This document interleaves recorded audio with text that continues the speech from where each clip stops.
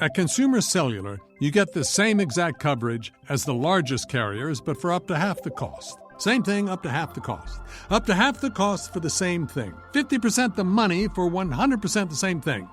I hope I'm making myself clear. Consumer Cellular. When freedom calls, we're here to answer. Call us at 1-888-FREEDOM. Half the cost savings based on cost of Consumer Cellular single-line 5GB data plan with unlimited talk and text compared to lowest cost single-line postpaid unlimited talk, text, and data plan offered by T-Mobile and Verizon May 2023.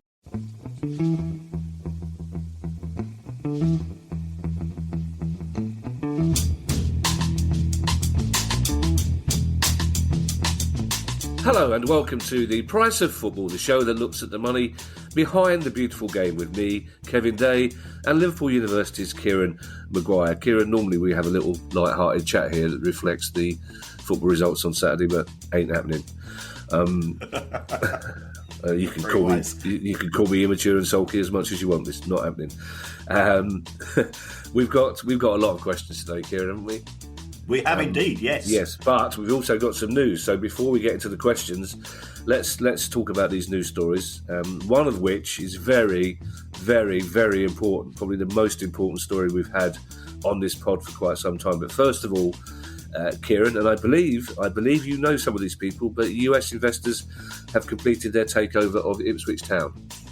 Yes, this was a story which has been doing the rounds now for just over a month. And Ipswich Town have new owners in the form of Game Changer 20 Limited. But as always, it's important to dig a little bit deeper. It turns out that 90% of that company is owned by an investment organisation, which is ultimately funded by the Arizona State Pension Fund, whom I'm not sure have got close connections to Ipswich. 5% of the club is going to be maintained by the existing or the previous owner, Maurice Evans, who as part of the deal has written off an awful lot of money that was owed to him. I think the relationship between Maurice Evans and Ipswich Town fans was fairly toxic.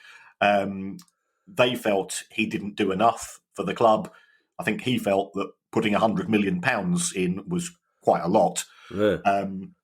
But he didn't manage it very well in terms of engagement, and I do think this is an important thing for anybody that's involved with the club. We've spoken to a few club owners now, and those that reach out to the fans and say, "Look, this is what we're doing. This is why we're doing it. Come and have a natter." You've got brilliant people like Andy Holt who will meet people for a pint and a pie after the match, and Accrington took a bit of a pasting yesterday. Noticeable, no grumbles from the Accrington fans because they all buy into the project. Mm. So, and then we've got Brett Johnson and his colleagues who own the other 5%, and they already own a club called Phoenix Rising in the USL in the States, and I think he's going to be the public face. So. We're hoping to get in contact with him. He has been in contact with the show, so it'd be nice if he's keen to come on as a guest, and we take things from there. So it's always a concern when you have overseas owners, but they might not have a lot of experience. I think they've done the right thing in that they've appointed Mike O'Leary as the chief executive. He's ex West Brom. He's been the chief executive of a number of domestic companies as well, so he's got experience of the industry. The only slightly weird thing is that Maurice Evans owned 87.5% of Ipswich Town Football Club. The other 12.5% is owned by another company called Ipswich Town PLC, and they have around about 220,000 shares, I think. And it looks as if there's going to be an offer coming in for the remaining shares in the club. Now, how much those shares are worth is very difficult to work out. I did do some sums and worked out it could be around about £1.20 each based on the figures we've seen quoted in the press to date, but it is all very full of conjecture. There's an awful lot of shareholders in Ipswich Town PLC. Most are owning sort of a dozen, perhaps 50 shares. So they're not going to get rich if this offer comes in and they do accept it. Mm. But it's a change, and I think people get excited about this. I think it's important to perhaps temper expectations. If the Arizona State Pension Fund are involved, they're looking for a return on their investment. So Ipswich Town fans who think that it's going to be Father Christmas arriving and those Mbappe to Portman Road stories are going to start circulating are going to be sorely disappointed. It's a bit of a change for Ipswich as well, because they're a team or a club in the past that's always been associated with long-serving regimes, haven't they? Yes, the Cobbold family were quite famous, I think, for many, many years for having the best wine cabinet in English football. They're very old school, very genteel, and Ipswich clearly were also. You and I are both old enough to remember Ipswich's success in the early '80s under Bobby Robson, winning the FA Cup as well. When the FA Cup, when FA Cup Day was a big item. So they have been very successful. Maurice Evans, it didn't work out. And I think that's the politest way you can describe it. And he's been hit financially significantly on the back of this. He put money into the club. Now, then that you could argue that the quality of the decision making wasn't great, or ultimately you need more than £5 or £6 million a year going into a championship club for it to be realistically competitive. And I know Steve Parish, the chairman of Crystal Palace, occasionally listens to this pod, Kieran, and he will be completely baffled by the idea of Accrington getting a hammering and their fans taking it quite philosophically. Right.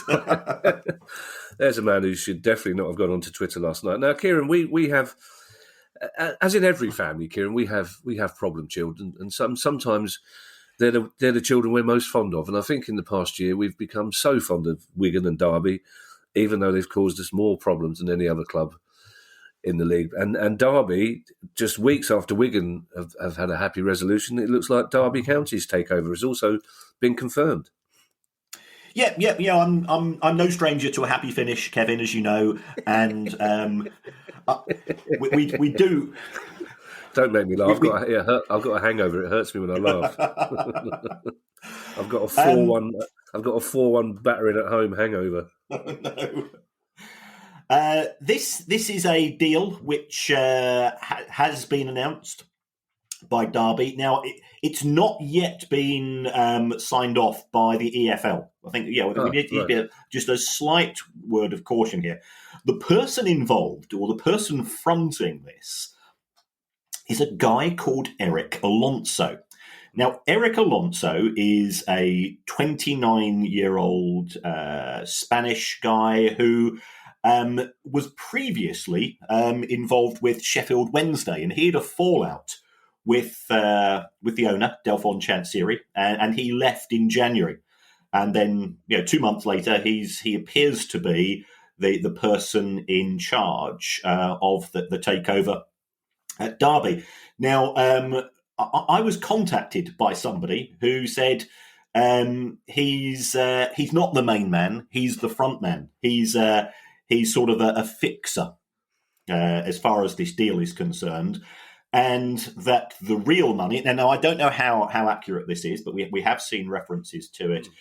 Is that there's a consortium, and the money actually is coming from Indonesia with a guy called Raja Oktohari, who is involved with the Indonesian International Olympic Committee. His father's been a senior politician in the country, and he's also mates with a guy called Eric Tahir, who historically has had part ownership of Internazionale and DC United, and I think he's a co-investor with Mr. Oktohari in respect of mining operations in Papua New Guinea and Indonesia. As you can see, having no football on a Saturday, Kevin, means that I dive and I dive deep. Yes, well, there were two options for me yesterday, Kieran. It was either drink in the garden with my mates or dive deep, and I went for drinking in the garden with some mates. But yeah, it's nice to know. It's a reassuring thing for most of us, Kieran, that while the rest of us are getting on with relaxing, there is somebody out there diving deep on our. You are, in fact, the fourth emergency service where accountancy is involved. So this is not necessarily brilliant news for Derby fans, is what you're trying to say. I think we need to wait for the fog to clear on this. I mean, clearly it would be good for Mel Morris, who's had health issues, who's the present owner of Derby and who has been very benevolent to the club, for him to be able to transfer the club over. Remember, Derby were saying that a deal was going through with Middle East owners in November, and that didn't get signed off. And there were question marks at the time. Were they trying to announce the deal in order to pressurise the EFL into signing off on the owners and directors test? So there's still one or two little flies in the ointment around. And this guy, Eric Alonso, he is charismatic or character, whatever you want to say. He has been linked, and our silver-tongued friends have pushed back on this. He has been linked with a Spanish political party called Vox, which is on the far right of Spanish politics. And he said, "Well, nothing to do with me, Gov." But they seem to have used his picture historically. Now that they might have nicked it for all I know. So it's not all cut and dried as yet. Whereas we know that the Ipswich deal has gone through, we know that the Wigan deal has gone through. Derby, there's still one or two items outstanding. Not least, of course, the publication of their accounts for the last couple of years. Yeah, I'm reminded of Paolo Di Canio saying he had nothing whatsoever to do with Lazio's fascist supporters. He just happened to be waving at a mate when he was photographed on the back of his moped. But these next two stories, I think we probably need to rattle through them because we do have a lot of questions, plus the biggest news story ever in the history of the world. And it's at the moment we're in a kind of relaxed Sunday morning kind of mood, Kieran. That's because as people know, we record this. We're not actually doing this live on Monday. That might come as a spoiler for some people. This next story won't be a surprise or a spoiler for many people. It's what we expected. 17 National League clubs have supported the proposal to hold a vote of no confidence in the National League chairman and board, even though the chairman has announced his resignation. Yes, so as a result of this, the National League, per its constitution, is duty-bound to hold an extraordinary general meeting, and at that EGM, the people proposing the vote of no confidence will need 24 votes. No, not 24 votes. Sorry, they need 75% of the votes. The clubs in National League North and South have 4 votes each, and the clubs in the National League have 23 votes. Actually, so they do need 20. So they need 24 out of 31 votes for this to go through.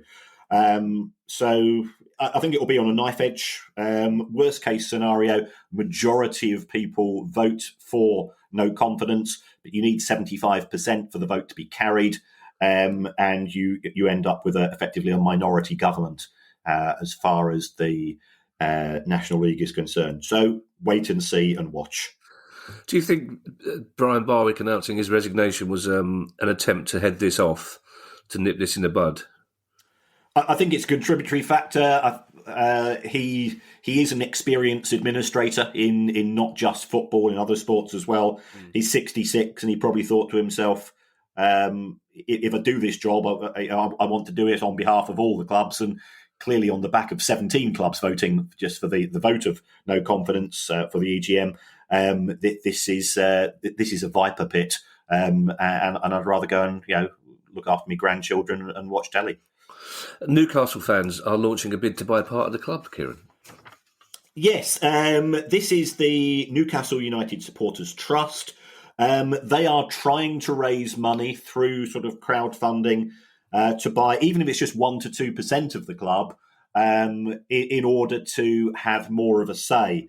The trouble is, it's going to cost them broadly £3 million per 1%. So there's a lot of money to raise. My concern, I'm fully in favour of fan ownership, even if it is minority stakes. Who's going to sell to them? Because I can't see Mike Ashley doing it. So therefore, it will come down to what will the prospective new owners do. I think from a public relations point of view, they'd be on an absolute winner to say, we'll allow you to 1% or 2% of the shares. and and appoint a representative. I think it would be fantastic in terms of engagement, in terms of acknowledging the passion and the commitment of Newcastle United fans. So we wait to see on that. I think they have been in touch with the Club 1872 at Rangers, who are trying to buy 25% of Rangers. You wish them well, because I've had a conversation with somebody from Newcastle United, and they are they're very organised. They're very devoted to what they're going to try to achieve. And I think if they don't raise enough money, if it doesn't go ahead, the money's going to go to charity, which again is something to applaud. Yeah, it's brilliant. I mean, it's a story that we will definitely keep an eye on and hope for the best. And of course, we've spoken to Newcastle United Supporters Trust before, and we will happily do so again if there's anything we can do to help them. Kieran, of course, this is the big news story as far as I'm concerned. Crystal Palace have released their latest figures. Is there anything of concern? And before you start, Kieran, can I ask you to remove your Brighton hat? Because there were some Palace fans, I'm afraid, who took umbrage yesterday at being advised by a Brighton fan that there may not be anything to worry about. Yeah. So I was a bit confused by that. It's just you have to acknowledge that all football fans have their share of numpties, Kieran, and unfortunately, there are some Palace fans who won't take good news from a Brighton fan. It's as simple as that. Yeah, but this was brought to my attention by a mutual friend of ours who's a Palace fan, and they haven't actually published the accounts. It was sort of hidden away at the arse end of the website, but there's a couple of pages, and the good news is the income stood up for 2019-20. It was more than West Ham, for example, which I think might surprise some people, although it does include the full Premier League season, because Palace, and I think they did this very sensibly, they extended their accounts to the 31st of July. So therefore that included all 38 games from the Premier League last season, whereas those clubs that have only gone to the 30th of June have only got 31 games.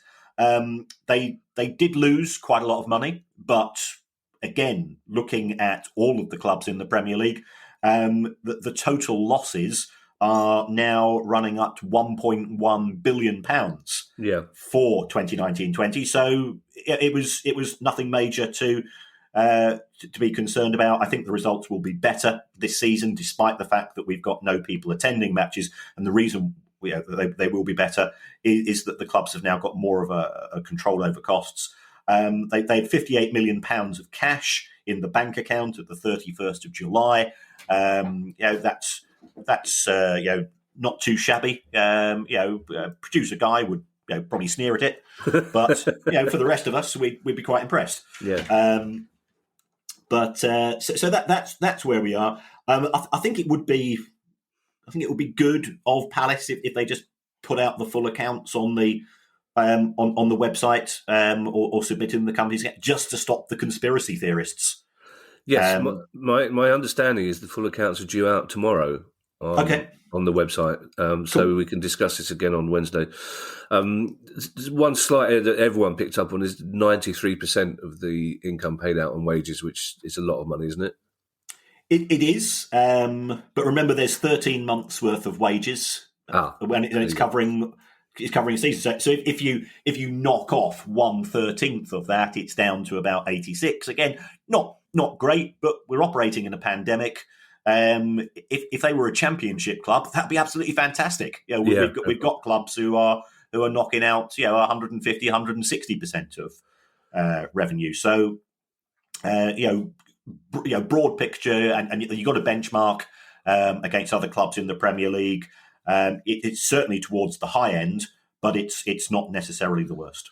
Okay, it's Monday, Kieran, so that means it's questions day, and the first question comes from a chap called Kevin Day. He sounds nice, and his question is: are you absolutely sure there's nothing to worry about, Kieran? Yes or no?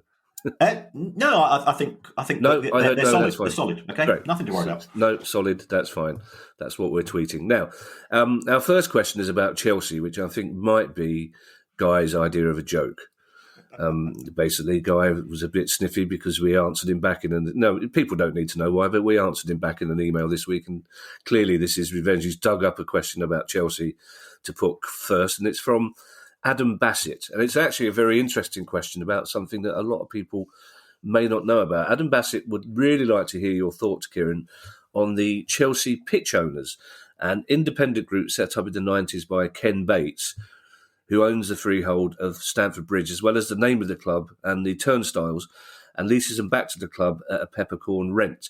This gives a number of benefits, including keeping the club at Stamford Bridge away from the hands of property developers and retaining the same name for any Phoenix clubs. Do you think other clubs should do similar? Now, I left a little gap after the name Ken Bates, Kieran, because normally there's a thunderclap when you mention it. But of all the things that Ken Bates is infamous for, this seems to me to be a very clever idea in the long term. Yes, I think this is the greatest thing Ken Bates has ever done. He has protected Chelsea. That's not saying much, Kieran, is it really? Between electrifying fences and protecting the club, this is the best thing he did. Right? Yes. But I also think it's really smart the way that Chelsea Pitch Owners was set up. There's presently around about 22,000 shares in this company, which owns the freehold, in effect, of Stamford Bridge, which it rents out to Chelsea Football Club for 199 years, as you say, the peppercorn rent. Yeah. If you want a share, you can go and buy a new share. It'll cost you about 31 quid or 38 pounds if you want it framed. If you want it presented to you on the pitch, it will cost you 200 pounds. That's how Chelsea Pitch Owners actually carries on, because it doesn't actually sell anything, and the rent it gets back from the club is buttons. But the really smart thing is that there's 22,000 shares in existence, and under the constitution of Chelsea Pitch Owners, no one person can own more than 100. Wow, okay. So this stops somebody coming in and saying to people, right, you paid £31 for your shares. Tell you what, I'll offer you 100 quid for your shares. Right. And you could potentially get an awful lot of the fans to say, oh, well, that's a nice bit of profit. I'll go for that. But by having only a maximum ownership of 100, it makes it really difficult for somebody to force through any significant votes, because normally you build up a shareholding. So unless some nefarious individual starts using proxies to buy single shares from an awful lot of people, it does appear that Stamford Bridge is protected for the forthcoming future. I agree that if other clubs had constitutions of this nature, I've said it again there, haven't I? That it would help to protect something which you and I both hold dear to our hearts, that a football ground is sacrosanct in many respects. Absolutely. And the dangers of new people coming in with a view to flogging off the stadium and converting it into this, that, or the other is always a concern. But so there's not a danger also, though, that it's going to have to be somebody very, very, very, very, very rich to buy Chelsea. Are any of those people likely to be put off by the fact that they won't be able to own the freehold of Stamford Bridge, or is that something that they can live with, as Abramovich obviously has done? Given them it's a 199-year lease and it covers the whole footprint of Stamford Bridge, I think they would be relatively relaxed. I mean, there is talk about extending the ground or moving to a new stadium, but that's never really moved forwards for a few years. I don't think it would put anybody off. A long-term lease is in many respects the equivalent of owning a property. You think about many residential properties, you'll buy them on with a long lease as well, and you still think of it as your property. So it shouldn't negatively impact upon a potential new owner. And also the one thing I didn't quite understand, even when I did a bit of cursory research just before my mates turned up yesterday, owning the name of the club and the freehold is great. Why the turnstiles? I think that's just a bit of heritage. Just came with the deal, basically. Yeah. Throw the turnstiles in, fair enough. Okay. Our next question comes from Greg Campbell. We had a discussion with Neil Doncaster, the head of the SPFL, on our last pod, which got A mainly positive response. That word mainly is doing a lot of work there. But we've had a few questions from Scottish fans this week, and the first one comes from a St Mirren fan, Greg Campbell, who said that recently my club, St Mirren, reported themselves to the police with regards to several historic issues uncovered in their annual audit.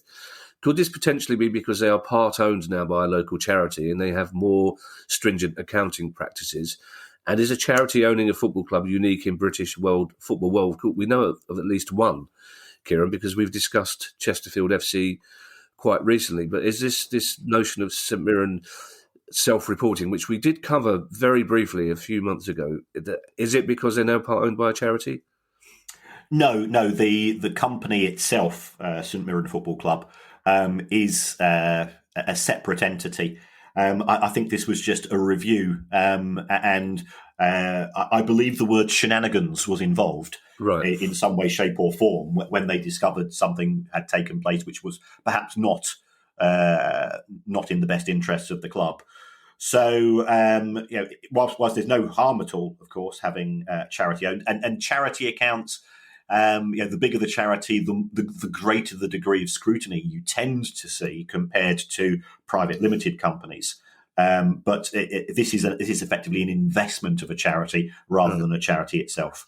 And to answer Greg's other question, in terms of British world football, how many is it a more common practice than we think for a club to have part ownership by a charity? I think for some of the fan-owned clubs, they will set themselves up as charities as opposed to limited companies. So it gets quite complicated when you go into the intricacies of the legal position. It's unusual, that's for sure, though. Could, as a sort of technical question, could a club like Palace or Brighton, for example, or any other Premier League team apply for charitable status? It could apply to the Charities Commission, yes. I think it would then have to show what is the purpose of the institution from a charitable perspective. Now, given that the aim of the club is to be in the Premier League and achieve success, it might be a little bit more difficult. But clearly, Chesterfield have managed it in terms of their ownership structure, so it's feasible. I'm not necessarily sure of the benefits because in terms of raising capital, it might become more complicated. At present, a club can go to the shareholders and say, can we have some more money or can we borrow more money from the owners? And that might become more complex in a charitable scenario. Now, club accounts, Kieran, are something that really seem to be exercising our listeners lately. And Neil Holroyd has a different take. Neil says, even if a club fails to submit accounts, are organisations like the EFL still fully aware of the details of what's going on? Because if not, otherwise, how can they make sure clubs are adhering to FFP or not? Yeah, this is an intriguing issue because if you take a look at the charges made against both Derby County and Sheffield Wednesday, both of whom had not published their accounts when the charges were made, part of the defence was, well, if we've not formally published our accounts, then how can you charge us for losing money? And this was rejected, is my understanding, when you actually read the full elements of the publications which came out from the sports resolution body. But where we stand at present is that clubs are still obliged to send in some form of accounts, even if they're not necessarily audited, to the EFL, who can then assess them to see whether they need to investigate further. But of course, as we were talking about on the most recent show, we now have this somewhat crazy situation where there's a large number of clubs in the Championship who are subject to transfer embargoes for precisely this offence, because they've said, well, we've not had the accounts audited yet because that's what the legislation of the land says. So, Rishi Sunak's given people an extra 3 months, and the EFL are saying, well, never mind the law of the land. We're the EFL. We take priority over that, and that's led to a bit of a Mexican standoff. between the two parties. So yeah, it is a messy issue. It can be used, for good and bad. Right. Do the EFL have the legal right to demand to see accounts? Can they say to a club, right, 9 o'clock tomorrow morning, we want to see something?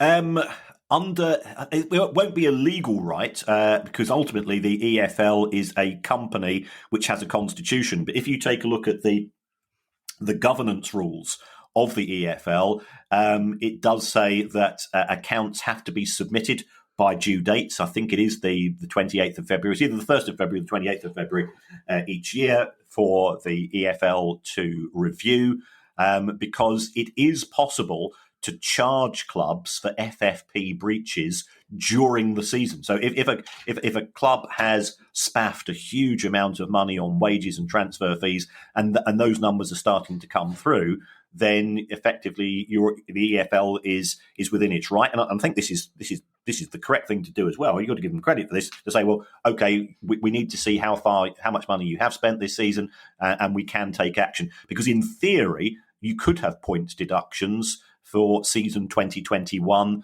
for breaches of FFP during that actual season. Although I think it would be a really tough gig to push through, because clearly the clubs would appeal and that would drag on. But it's a real challenge for the EFL to try to monitor those clubs that don't want to be monitored. I pause here just for a moment, Kieran, to urge our overseas listeners and our younger listeners not to Google the word spaffed. There's no need. You can probably guess it's onomatopoeic enough, isn't it? Well, it's approved by the Prime Minister. Well, if that's the bar we're using, Kieran, then if we can, well, Boris Johnson did it, then it's fine for us. Then we'll. He did it many times. Yes, we did. I told you I've got a hangover, Kieran. Don't make me giggle.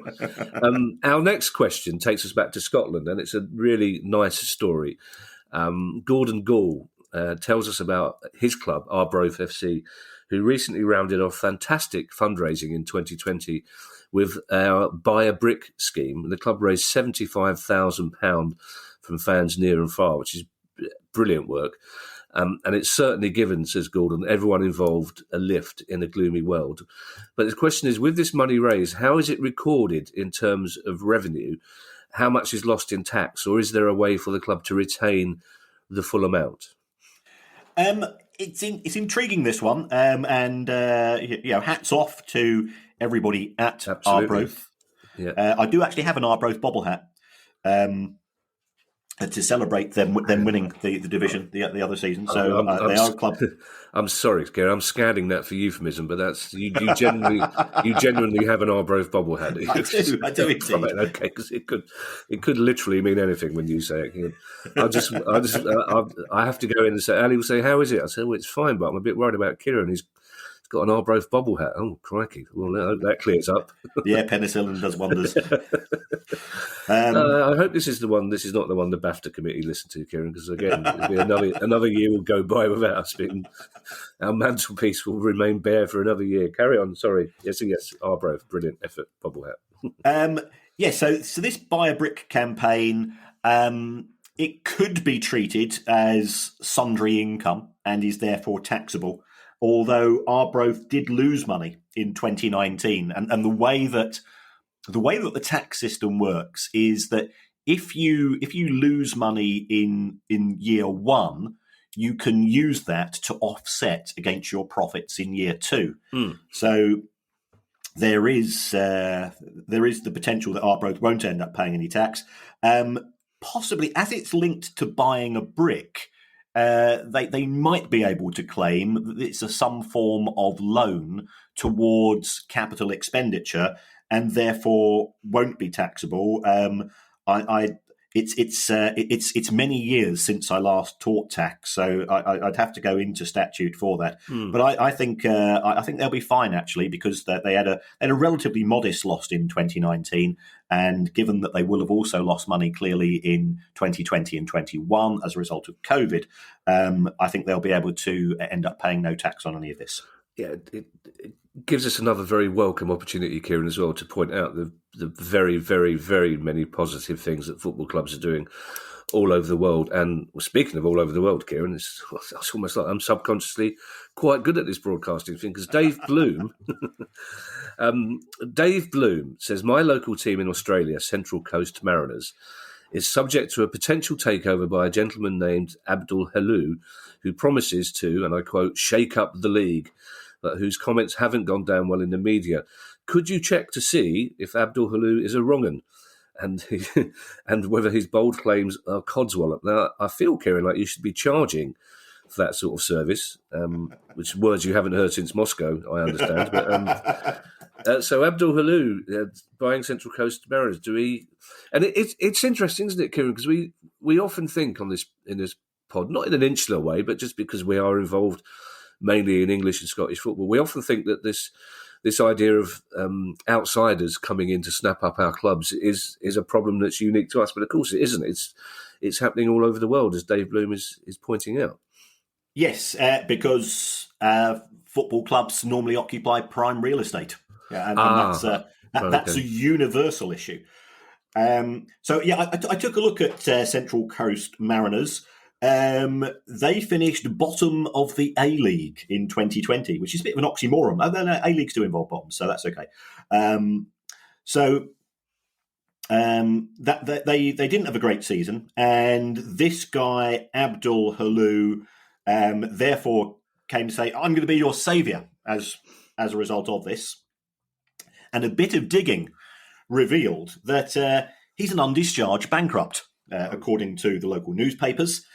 He claimed that he had put some form of a deposit into the club.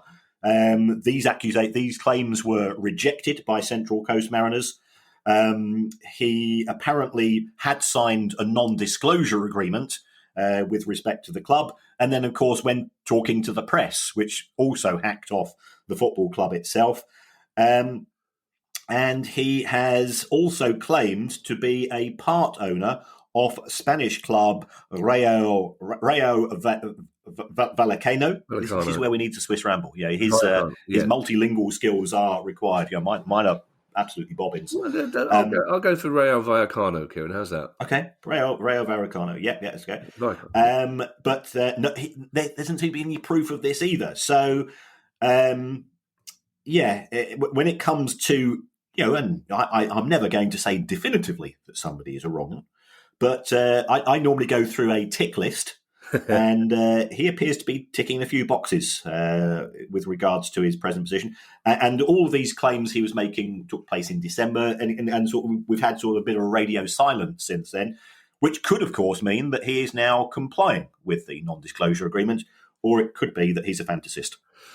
Okay, well, I don't know if that helps or not, Dave, but, we've invited ourselves to places like Grimsby and Southend and Plymouth when all this is over. Feel free, Dave, to invite us to Australia for a drink to thank us for our services.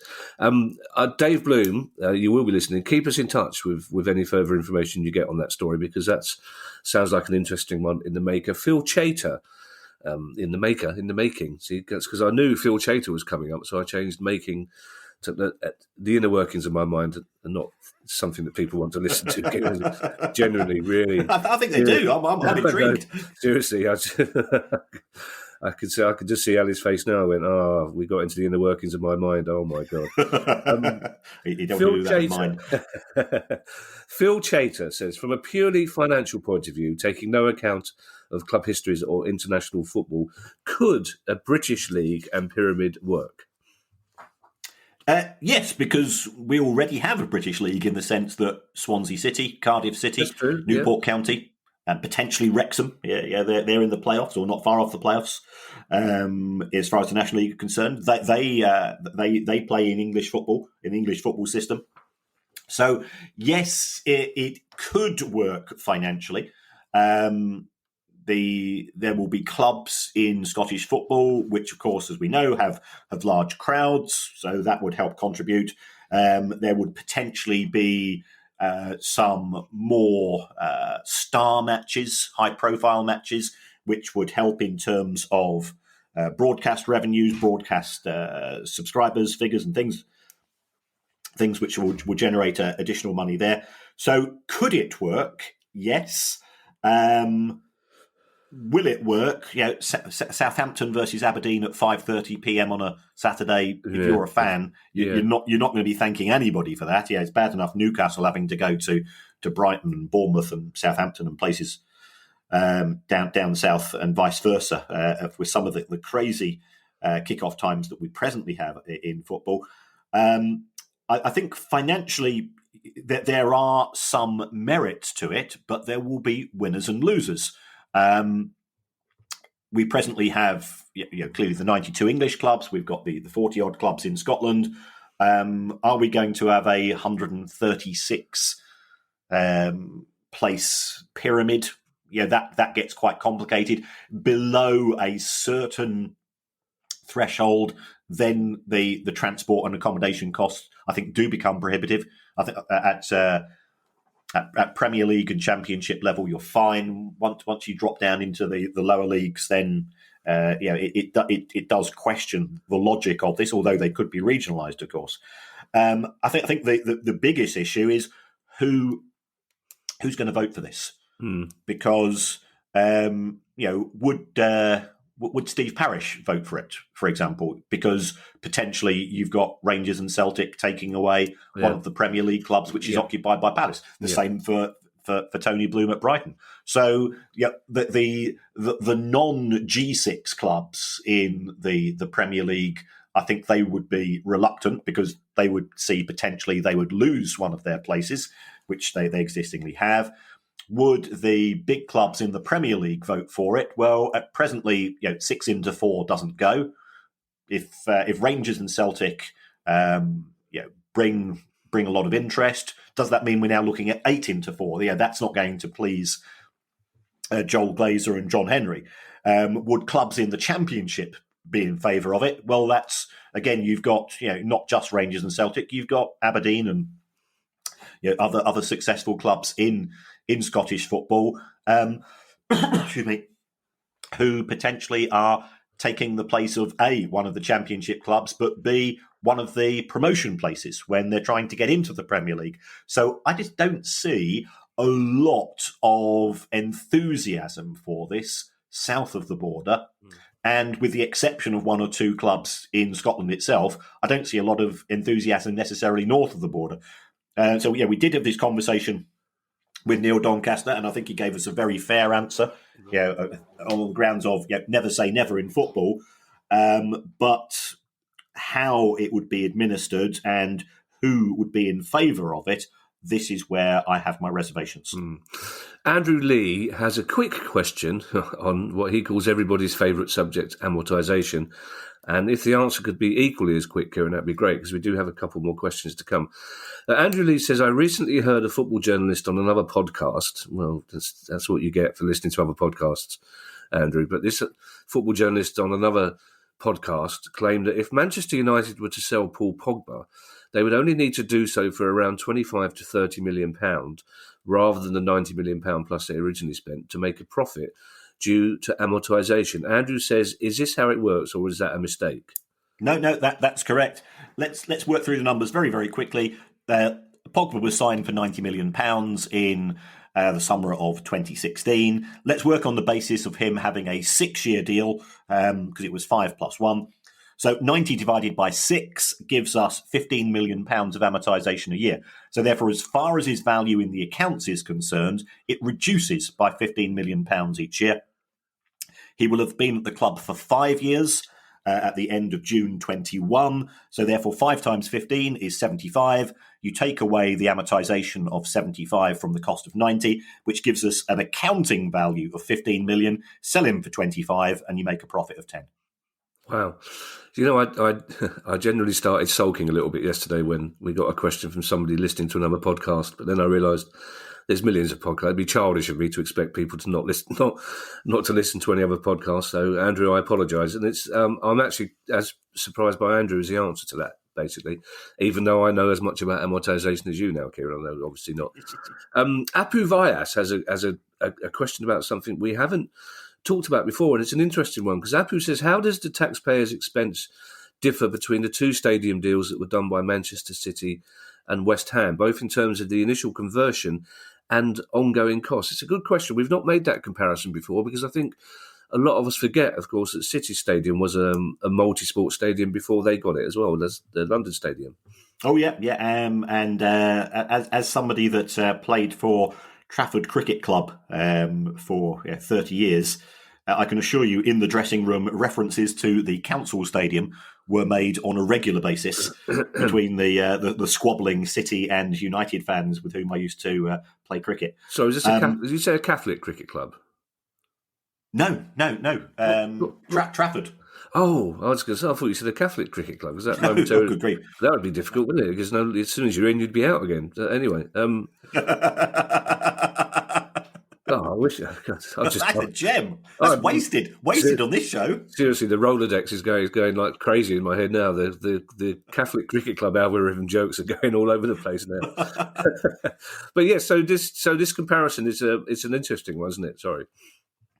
Yes. I actually used to play for a Jewish cricket club. I used to play for Brighton and Hove Maccabi Cricket Club, which was, and I played for. It was really weird because I'd play for YMCA on the Saturday, and Brighton and Hove Maccabi on a Sunday. So that's very funny. It's my favourite Barry Cryer joke. It's an old joke, but he tells it very, very well about the waiter in a Jewish restaurant saying to three old ladies, "Was anything all right?"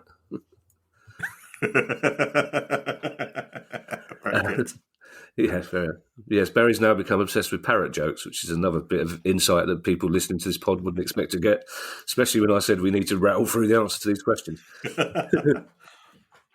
Right. The key issue, as far as I can make out, is that Manchester City are the sole tenant of the Etihad Stadium, and they are renting it. They are leasing it on a fully repairing basis. So they are responsible for maintenance. They are responsible for any expansion costs. They are responsible for everything. But their tenancy agreement allows them, and they did get. I know that they applied for a license in 2012. If they want to have concerts there, if they want to have other sports there, then they are the beneficiaries. Right. So that's the nature of the tenancy agreement that Manchester City Football Club have with Manchester City Council, who are the formal owners, who are the freeholders in effect. If we then move to the London Stadium, West Ham United, and this does appear to be semantics, but West Ham United are the primary tenant as opposed to the Manchester City being the sole tenant, which means that West Ham United get first dibs on use of the stadium. So they effectively say, we don't actually know when matches are going to take place during the season. But we have first refusal, and effectively from the start of August through to the end of May in a normal season, we will effectively take our period of use there, and that's just for holding football matches. Now, the landlords who are effectively the City of London via a company called E20, they can then use the stadium in the period when West Ham are not using it to host other sports. There's proposals for baseball. We've seen rugby league take place there. At one point in time, Essex County Cricket Club were going to play their T20 games there, but that fell through. And concerts and hospitality issues, et cetera, et cetera. So there is a difference in the relationship, and it does mean that West Ham United are not responsible for the repairs to the stadium. That's included as part of their rent.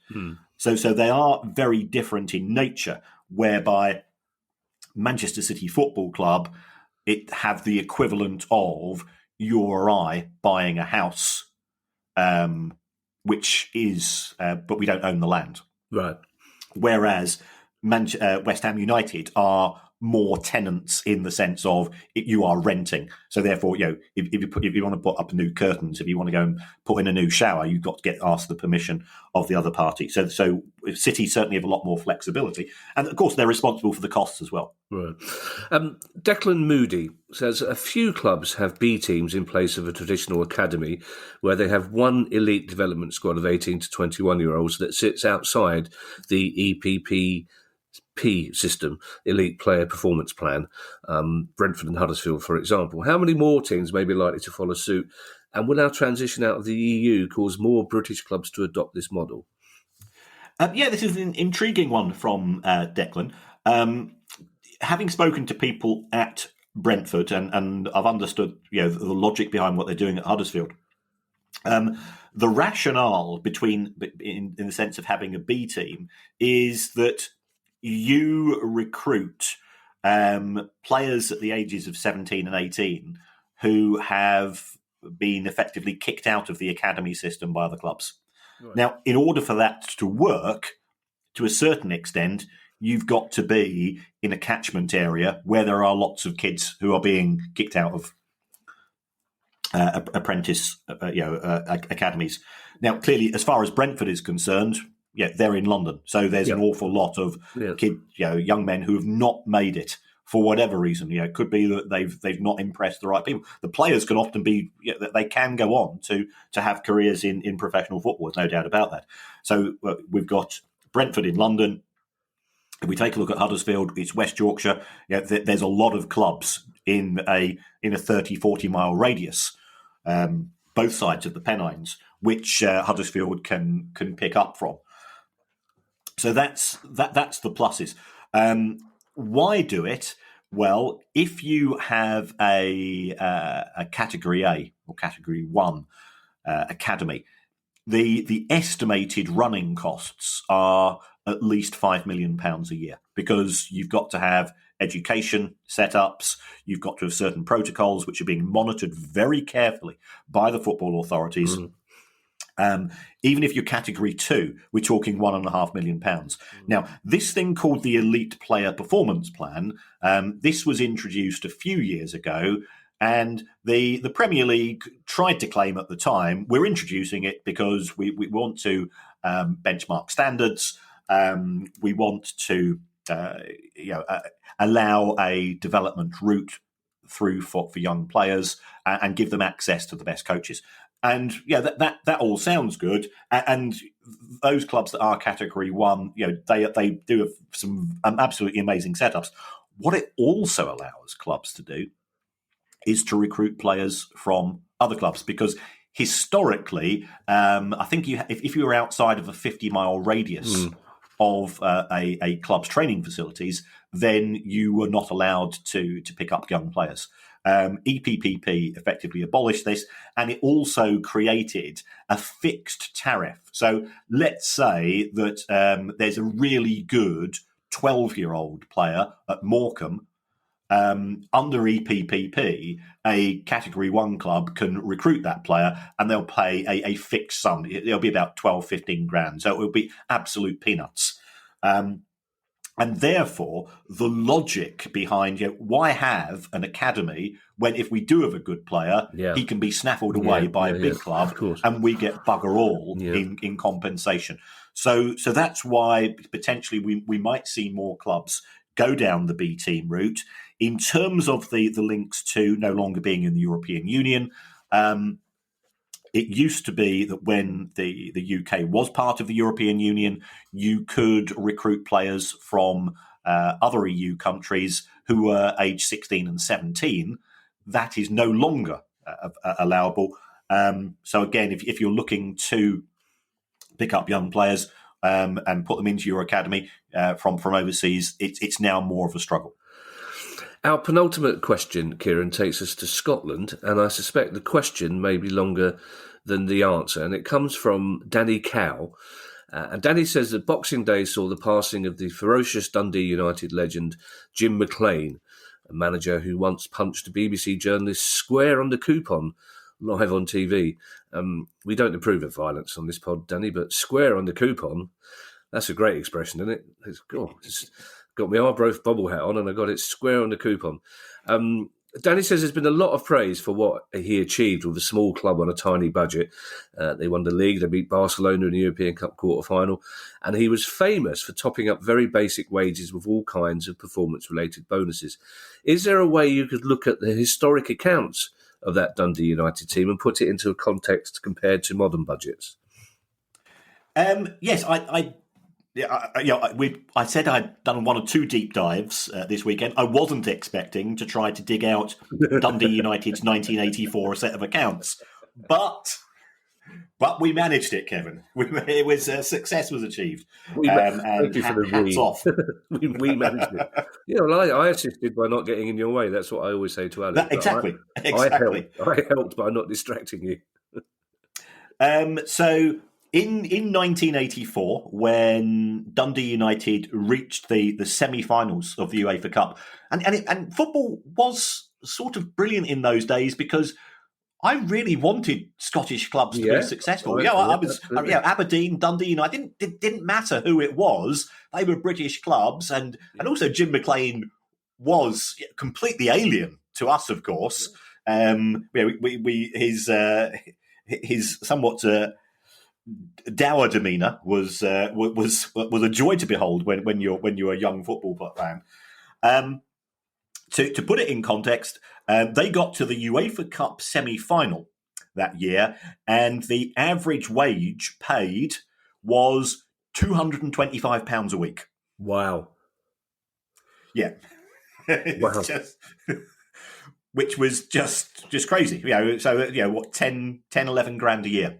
Wow. And this was a football club at the top of its domestic division and beating Barcelona in European competitions. Wow. So that was about a quarter of the money that clubs in the English First Division were playing. And remember, those days the English and the Scottish leagues were a lot closer because there was no TV money, so everything was based on turnstile money. Yeah, and there was a lot more cross-border transfers as well. I mean, every English First Division club had its scattering of Scottish players, and there was. It's interesting what you say that about supporting British. My dad's attitude is still the same as it always was. He wanted Palace to win first. And then he wanted London clubs to win, and then he wanted English clubs to win, and then he wanted British clubs to win. He would happily support a Scottish club in the European game. And Dundee and Aberdeen were regular fixtures, weren't they, in the later stages of Scottish football in those days? But we can't. It's obviously very difficult to tell what some of those performance-related bonuses would have been from this historical remove, isn't it? So. Yes, unfortunately, that degree of granularity doesn't get submitted to Companies House. Yeah, well, also, you suspect as well, knowing what we know about some of the football in those days, that some of them may have been just someone's put a fiver in my boot. How did that get there? It's a fiver. That's not even the Sunday League. Our last question comes from Demeshis Sikdar, who became a Price of Football podcast ultra this week through our Patreon site. Ultra. We've got ultras now, Kieran. Oh, yeah. Well, that's nice. Demeshis says, could I buy, and he's got a cunning turn of mind here, because Demeshis says, could I buy 2 lower division clubs in 2 different leagues in Europe and then transfer players between those clubs for inflated values as a way of pumping in money while staying within FFP rules? Yes, you could, because if we take a look at Watford, they are linked to an overseas club, and there's been a lot of traffic between them. We've seen Manchester City buy players from Melbourne City and then sell them on at a profit. So this is feasible, but we have to be a little bit cautious because our favourite topic, amortisation, comes into play. If you buy a player at an inflated price, that means you've got an inflated amortisation charge, which reduces your profits, which will actually impact upon financial fair play. So there are both pluses and minuses, but there is certainly a lot of scope to park profits and losses in those countries which have more relaxed and less relaxed FFP rules. So yes, I could certainly do this In fact, I think I even mentioned it in the Price of Football book. Oh, of course you did. Yeah, I'm rereading it at the moment. I haven't quite got to that bit yet again, but I remember it from the first time around when I read it. So I was just slightly distracted there, Kieran, by I'm watching my cat debate with herself whether or not she should deal with the two jackdaws in the garden, and she's clearly decided that she's not going to deal with the two jackdaws in the garden, even though the back door's open and she could do. But I'm just they're evil buggers. They are. Well, they are. She's clearly decided that she's by the look on her face. She's telling them with her eyes that if she wanted to, she could, but she's decided not to. Basically, anyway, along with Debashish, we'd like to thank everyone who's become a patron of the pod via the Patreon site, including as well John Burke, Gavin Whitehouse, Ewan Heron, Rob_BAFC, Trevor Parker, Andy McNeil, Andrew Woodman, surely not the, never mind, ex-Palace player, Joshua Selig, hello Joshua, Barry McMahon, who says, thank you for being in the car with me, brackets on the stereo, as I drive to and from my job as a high school teacher, and helping me stay positive through the pandemic. And Rowan Conboy, who says he's delighted to join the Price of Football Ultra family, along with his wife Kira and children Ava, Emma and Nathan, who are all avid fans of supporter-owned Sligo Rovers FC in Ireland. I'm glad we help people to stay positive, Kieran. I was going to finish by saying to Barry, we'll be with you in person on those car journeys soon, but I thought that sounded a bit sinister. And also a little bit James Corden has strange patterns in his car. I don't Barry wants them. Yeah, I was thinking sound more like Uncle Terry threatening to be. I'll be in that car with you one day. But I'm very pleased to hear that we are helping to keep people positive through a pandemic which is hopefully coming to an end. If you would like to make a small monthly contribution to our always free to air pod, then go to patreon.com/Price of Football. And of course, if you have any questions you'd like to ask us about any aspect of football finance, then email us on questions@priceoffootball.com, and I shall hand you over to Kieran for his traditional farewell. Well, once again, folks, thanks for the feedback. If you want to follow the show, just click on the follow button on Apple. If you could give us a review, a nice 5-star review, you can say whatever you want. It doesn't actually matter. According to producer Guy, it's just getting those reviews in because it keeps us in the charts. We do try to get some interesting guests for you, and that's one of the things that they normally ask themselves: who are these idiots?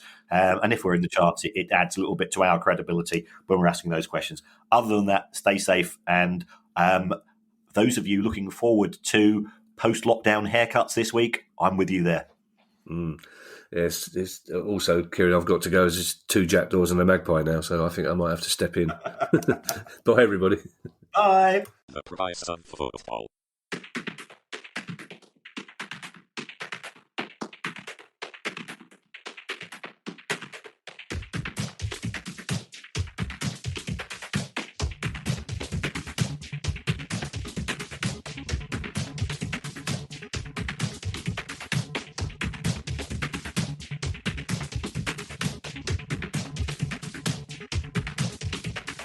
The Price of Football.